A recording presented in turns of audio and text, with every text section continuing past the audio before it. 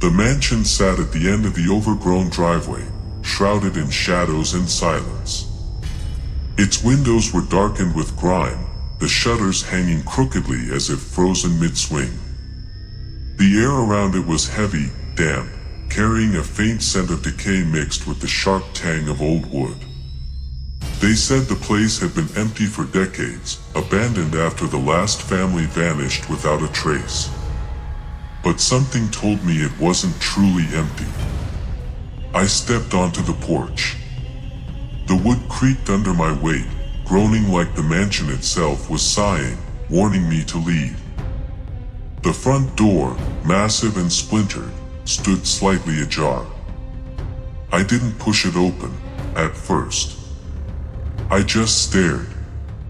Something inside moved. Or so I thought. Shadows shifted just beyond the threshold. Curiosity, or foolishness, won. I pushed the door open. It groaned, swinging wide enough to let me in. The air inside was thick and cold. Dust motes danced in a faint light filtering through the broken windows. The floorboards moaned with every step. And then it started. A door slammed behind me. Hard. The sound echoed through the mansion, bouncing off walls and high ceilings. My heart jumped. I hadn't touched anything. My flashlight cut across the hallway, illuminating faded wallpaper, torn in places, and portraits whose eyes seemed to follow me. Another door creaked. Slowly. Opened a crack, then stopped. No one was there. I stepped forward, every nerve on edge. A gust of wind, or something else, blew through the hallway, rattling the chandeliers. My breath came fast, shallow, my body tense. The mansion was alive. I explored cautiously, moving from room to room. Each had its own story. A grand dining hall with chairs pushed haphazardly away from the table. A library with books scattered across the floor. A drawing room with a fireplace, its soot blackened and cold, yet I could feel a strange warmth emanating from it. And the doors, always the doors. They moved. Sometimes slowly, as if inviting me to enter. Other times, they slammed shut, cutting off passage, forcing me to take a different path. Some opened and closed repeatedly, like a heartbeat, echoing in time with my own pulse. In the master bedroom, I paused. The curtains fluttered, though the windows were closed. A wardrobe door slowly opened. I froze, my flashlight beam catching a shadow that slipped inside, vanishing almost instantly. My skin crawled. I wanted to leave, but something, an unnameable pull, kept me moving forward. Footsteps. Soft. Faint. From upstairs. I stopped, straining to hear. The stairs groaned under invisible weight. The doors at the end of the hall rattled. Slowly, one of them opened. I shone my flashlight. Nothing. Just darkness. Then the door swung wide on its own, revealing a hallway I hadn't seen before. I took a step inside. The door slammed shut behind me. Heart racing, I tried to open it. Locked. Or maybe it never had a handle. My flashlight illuminated the long corridor lined with doors. One of them opened slowly, a shadow stretching across the floor. The door then closed on its own. Another opened. And another. The mansion was testing me. Or playing with me. From somewhere deep within, a faint whisper.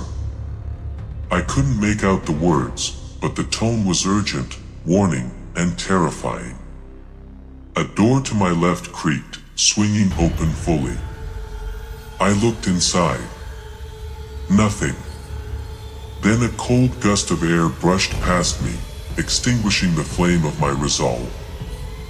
I realized then, this place didn't want visitors. It wanted attention.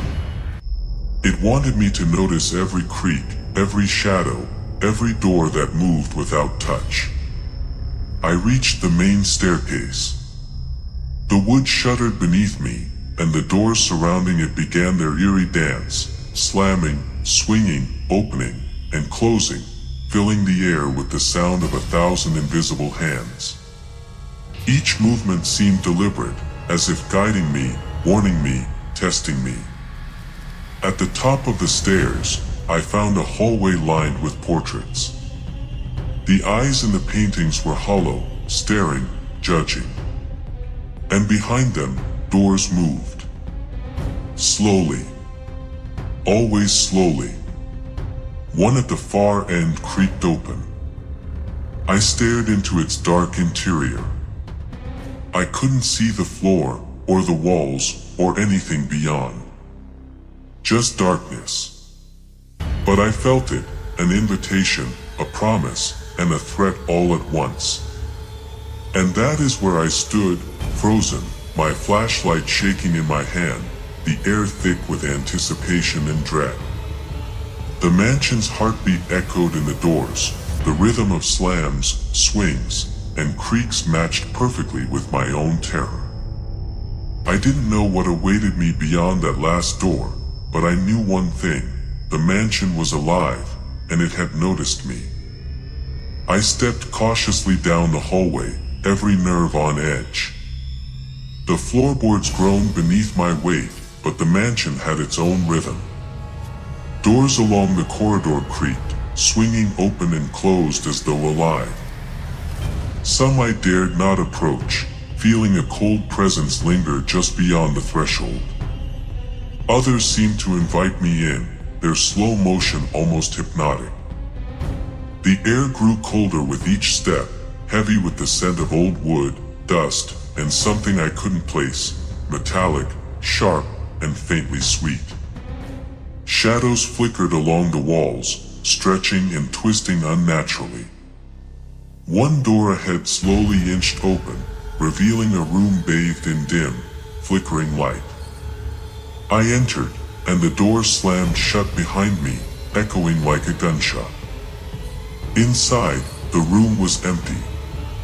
Or so it seemed. A chandelier swayed, though there was no draft.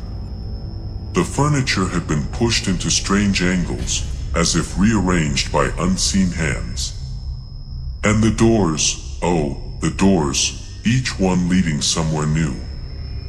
Some opened to hallways I had never seen, others to empty rooms with mirrors reflecting distorted versions of me. I approached a mirror, and my reflection wasn't quite right. My eyes seemed hollow, my face stretched, like the mansion was copying me, but twisting me. I jumped back. Behind me, a door creaked, swinging open and closed repeatedly. Each movement was deliberate, controlled, like a metronome. I moved down a narrow passage. Each door I passed seemed to react to me. Some slammed shut suddenly, cutting off potential escape routes. Others opened slowly, revealing darkened rooms filled with furniture stacked in impossible ways, shadows crawling along the walls. The mansion was alive, aware of my presence, interacting with me. A soft whisper echoed from above, come closer." I froze. The staircase loomed ahead, twisting upward into darkness. As I stepped onto it, I felt a cold hand graze my arm, but when I looked, nothing was there. A door at the top of the stairs swung open slowly. Another behind me slammed shut. I could no longer tell where I was heading or how the mansion was rearranging itself. I reached the landing. Hallways branched in impossible directions. Doors opened and closed in waves, slamming and swinging as though orchestrated. Shadows moved along the walls, sometimes humanoid, sometimes formless, but always watching, waiting. Every step I took seemed mirrored by another sound, another movement, another presence. In one room, I found a grand study. Bookshelves lined the walls, books scattered across the floor as if someone had searched in a frenzy. A desk sat in the center, drawers opening and closing on their own. I could hear faint whispers, like someone muttering words I couldn't quite make out. I shined my flashlight on the desk and froze. The top drawer was open. Inside lay a small, antique key. I didn't touch it. The moment my fingers brushed the air above it, the drawer slammed shut violently. Doors all around me slammed in unison, rattling the walls. The whispers grew louder, forming words I could just barely comprehend. Unlock, enter, join us. The mansion wasn't just haunted. It was sentient. It wanted me to participate, to explore, to uncover its secrets, but at the same time, it threatened me, playing with my fear. I forced myself to move. The main hallway stretched impossibly long, doors appearing where none had been moments before. One door at the end creaked, opening to a massive ballroom. Dust swirled in the pale light. The chandeliers hung like skeletal fingers. And then I saw them, figures moving among the shadows, barely visible, their faces obscured but grinning, their motions deliberate. As I stepped into the ballroom, the doors all around me began their eerie dance. Opening, closing, swinging, slamming. Some doors led to empty rooms, others to hallways I had already explored, but now twisted, changed. The mansion reshaped itself constantly, keeping me off balance, keeping me terrified. A door at the far end opened fully, revealing a staircase descending into darkness. Something about it called to me, a whisper, a promise, a warning. I stepped forward, and the ballroom doors slammed shut behind me. Shadows rose from the floor, from the walls, from the edges of the room, moving toward me. I could feel them, surrounding me. The mansion's heartbeat echoed in my ears, a rhythm of slams, creaks, and distant laughter. My flashlight flickered, catching glimpses of figures in the darkness, children in old-fashioned clothing, adults frozen mid-motion, all smiling wide, hollow-eyed, watching, waiting. I ran down the staircase, shadows following, doors slamming behind me in unison. The air was icy, carrying whispers that layered on top of each other, forming words, stay, never leave, part of the house. At the bottom, I found another hallway. Doors lined both sides. Each door opened and closed, one after another, faster and faster, creating a rhythm so chaotic it felt like it was trying to overwhelm my mind. I felt my resolve slipping, panic clawing at me, the mansion feeding on my fear. Then I saw it, a door at the end, slightly ajar, light spilling from it. A final invitation. The whispers intensified, almost pleading, enter, face us, know the house. I took a deep breath and moved toward it. The doors along the hallway moved violently now, slamming and swinging as though protesting my decision, trying to stop me. Shadows reached out, stretching and twisting unnaturally. I pushed through, heart hammering, mind screaming.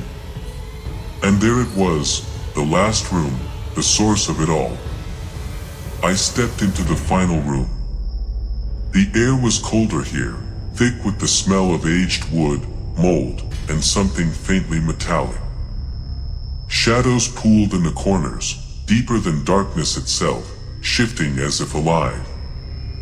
The doors behind me slammed shut one by one, leaving me trapped, isolated, and aware that I had walked directly into the heart of the mansion. A faint light flickered from the center of the room, revealing a grand mirror that stretched from floor to ceiling. Its surface was cloudy, rippling, as if it were water instead of glass. And then I saw them, my reflection, or something like it. At first, it mimicked my movements perfectly, but slowly, subtly, it began to change. Its eyes darkened, its smile widened unnaturally, and its posture became rigid, unnatural. The whispers swelled into voices, layered, urgent, almost shouting, "Join us, stay, be part of the house." Suddenly, the doors around me moved violently. They slammed and swung open and closed in rapid succession, creating a cacophony of sound. Shadows spilled from each doorway, crawling along the floor, rising like smoke, wrapping around the edges of the room. They weren't solid, but they carried weight, pushing, pressing, enclosing me. One shadow surged forward and struck the mirror. Ripples ran across its surface, distorting my reflection further. I realized then, the mansion didn't just trap bodies. It trapped souls, memories, echoes. Anyone who dared enter became part of it, absorbed into the endless architecture, a permanent audience in its haunted halls. The laughter and whispers reached a crescendo. My reflection stepped forward independently, reaching out from the glass, a pale hand stretching toward me. My own hand trembled as I tried to resist, but fear paralyzed me. The shadows surged closer, enveloping the floor, the walls, the corners, twisting and writhing. I backed up. One of the doors slammed into the wall, splintering wood flying, and yet it reopened moments later as if nothing had happened. Another swung wide, revealing a staircase that led to an attic I hadn't seen before. The mansion's pulse was everywhere, through the doors, the shadows, even in the mirror. I had to move. I ran toward the attic stairs, the mirror reflection still mimicking me, but now with a horrific grin plastered on its face. Shadows chased me, moving impossibly fast, stretching and curling over the walls, through the cracks, around the railings. Each step I took, the laughter, the whispers, and the slamming doors merged into one deafening roar. The attic door creaked open before I could touch it. I lunged inside. For a moment, silence. The shadows hesitated at the threshold, the doors froze, and the whispers died down to faint echoes. The attic was small, lined with old furniture and covered in dust. Moonlight spilled through a cracked window, illuminating a chest in the corner. I didn't know why I was drawn to it, but I moved closer.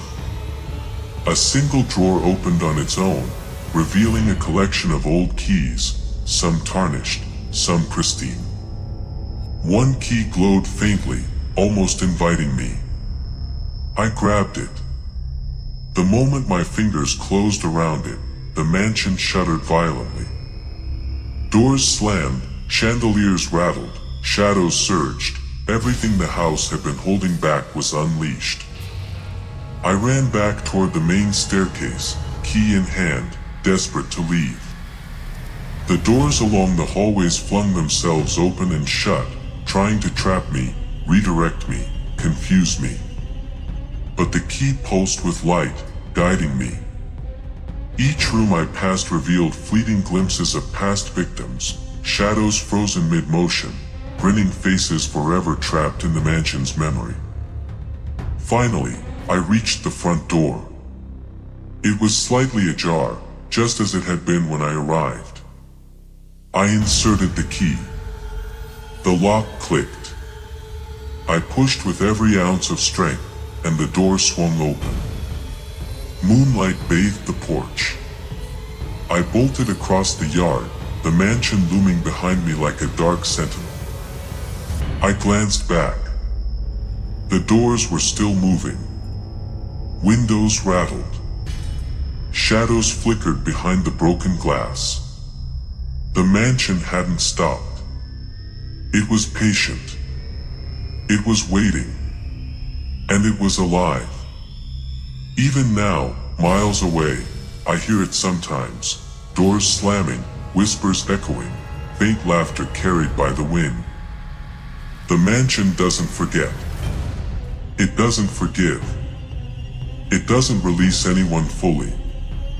And if you ever find yourself near an abandoned house with doors that move on their own, remember, the mansion is watching.